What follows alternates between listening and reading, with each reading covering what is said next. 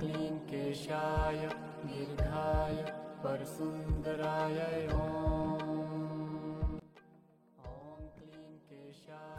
Hi all. ఈ వీడియోలో net braid ఎలా చేస్తున్నాము మేము నీతు కోసం అనేది షేర్ చేస్తున్నాము. మా రిక్వైర్మెంట్ ఉండి ఆల్మోస్ట్ 40 ఇంచెస్ లెంగ్త్ అవసరం ఉంది బ్రైడ్ కోసము. 40 ఇంచెస్ కోసము మేము ఆల్మోస్ట్ 1:2.5 రేషియోలో తీసుకున్నాము.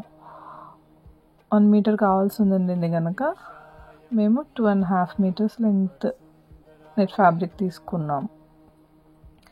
15 to 20 ఇంచెస్ విడ్త్ ఉండేటట్టు తీసుకొని వాటిని హాఫ్కి వేరే ఒక నెట్ ఫ్యాబ్రిక్తో టై చేసాం. మిడ్ పార్టీషన్లో టై చేసిన తర్వాత అక్కడ 4 ప్లేట్స్ తోటి బ్రైడింగ్ స్టార్ట్ చేసాము.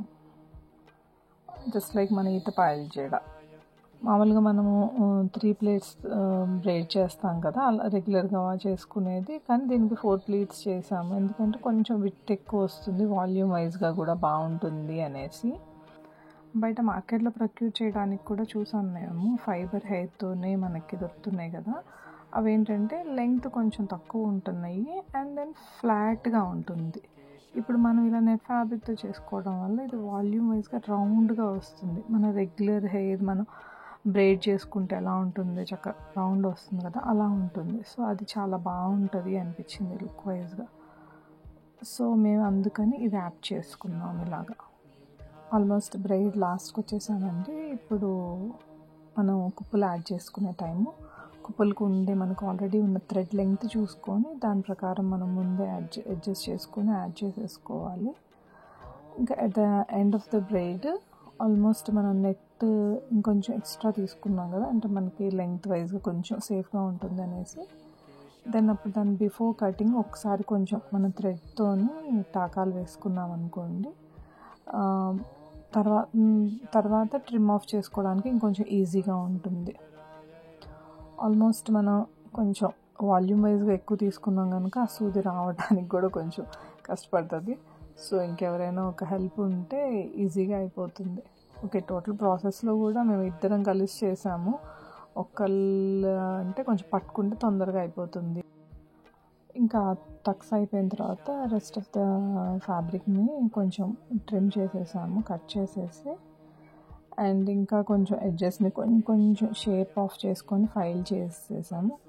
అండ్ మళ్ళీ ఒకసారి వాటిని టాకాలు వేసేసి అండ్ మళ్ళీ ఆ ఎడ్జెస్ ట్రిమ్ ఆఫ్ చేసిన తర్వాత అవేమీ ఇంకా బయటకు రాకుండా మళ్ళీ మనం థ్రెడ్ అండ్ నీడిల్ తోటి ఇంకంత బైండ్ చేయగలిగితే అంత బైండ్ చేయడం బెస్ట్.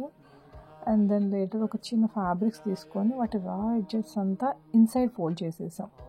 ఫోల్డ్ చేసేసి ఇప్పుడు ఎక్కడైతే మనము ఆల్మోస్ట్ ఎండ్ అయిపోయిందో అక్కడ దాన్ని కవర్ చేసి మళ్ళీ ఒకసారి టక్స్ యాడ్ చేసాము. సో దానివల్ల ఏంటంటే ఆ ఫినిషింగ్ నీట్గా ఉంటుంది, చిన్న చిన్న పీసులు లాంటి ఎడ్జెస్ మనకి బయటికి రాకుండా అలా నీట్గా ఉంటుంది అనేసి. ఆల్మోస్ట్ ఈ జడ చేయటం అనేది మేము ఒక 3-4 టైమ్స్ చేసాము, ఒకసారిగా అవ్వలేదు, కుదరలేదు.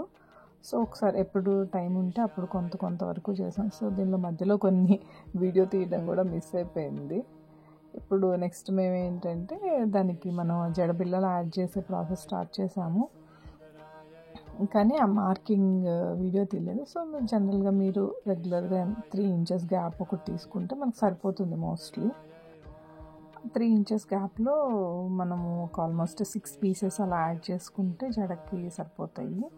ఆ 6 మనకి కెంపు జ్యువెలరీలో అయితే కనుక మనకి ఆ జ్యువెలరీ మధ్యలోనే చిన్న చిన్న హోల్స్ ఉంటాయి. సో మనము థ్రెడ్ అండ్ నీడిల్ వాటి మధ్యలోంచే తీసుకొచ్చేసేయచ్చు అనమాట. కొన్ని జడబిళ్ళలు మనకి అసార్టెడ్ సైజులో దొరుకుతాయి, అంటే పైన టాప్ 2 ఒక సైజు, నెక్స్ట్ 2 ఒక సైజు అండ్ బాటమ్ 2 ఇంకో సైజు, గ్రాడ్యువల్గా సైజ్ తగ్గుతూ దొరుకుతాయి. బట్ ఈ 3 వర్షన్స్ జడబిళ్ళలు ఏవైతే మేము పిక్ చేసుకున్నామో వాటికి అలా దొరకలేదన్నమాట. అవి 6 ఒకే సైజులో వచ్చినాయి. మేము ఇంకా అలానే వాడేసాం. మనకి సన్లో కనుక అసార్టెడ్ సైజ్ దొరికే ఛాన్సెస్ ఉంటుంది. సన్ది వేరే జడ ఒకటి ఉంది, దానిలో అయితే అసార్టెడ్ సైజ్ దొరికినాయి అనమాట. సో ఇంకా ఆల్మోస్ట్ మనకి జడ రెడీ అయిపోతుంది. ఇంకా జస్ట్ మన థ్రెడ్స్ అవి జాగ్రత్తగా టక్ చేసుకుంటే మనం ఎంత చేసుకున్నా ఏంటంటే ఒక్కొక్కసారి ఒక్కొక్క జడబిళ్ళ మిస్ అయ్యే ఛాన్సెస్ ఉంటాయి. But it's okay. వాళ్ళు చేసే పర్ఫార్మెన్సెస్లో ఎంత ఫ్రీక్వెంట్గా వాడుతున్నారు, ఎంత కేర్ఫుల్గా వాడుతున్నారు అనే దాన్ని బట్టి కూడా ఉంటుంది అది. ఆల్మోస్ట్ థ్రెడ్స్ అవన్నీ సెక్యూర్ చేసేసి ready to wear it. Next almost అంతా రెడీ అయిపోయింది జడ మనకి.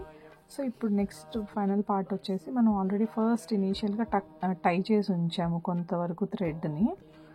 ఆ థ్రెడ్స్ని మనం పైన జడకి మన హెడ్ బన్ కడతాం కదా, హాఫ్ పోనీ పెట్టుకొని దానికి టై చేసుకోవడానికి దాన్ని కూడా మేము బ్రెయిడ్ చేసేసాం. ఈజీగా ఉంటుంది టై చేయడానికని. అంటే విడిగా నెట్ ఉన్నా కూడా మనం బ్రెయిడ్ చేసుకోవచ్చు, కానీ తీసేటప్పుడు మనకి ఏమన్నా ముడి కొంచెం టైట్ అయిపోతే రావడానికి ఇబ్బంది అవుతూ ఉంటుంది.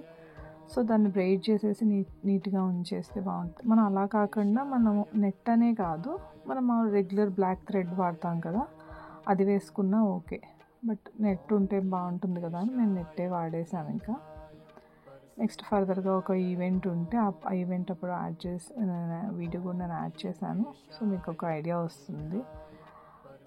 హోప్ మీకు ఈ వీడియో యూజ్ అవుతుంది అనుకుంటున్నాను. ఈ డిస్క్రిప్షన్ అది ఎంత అర్థమవుతుంది లేదు అనేది ఒకసారి ఇఫ్ పాసిబుల్ మీరు లెట్ మీ నో.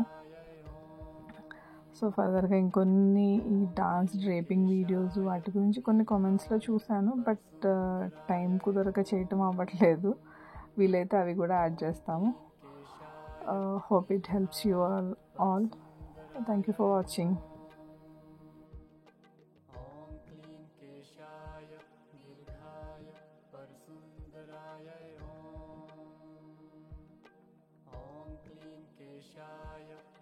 केशाय दीर्घाय परसुन्दराय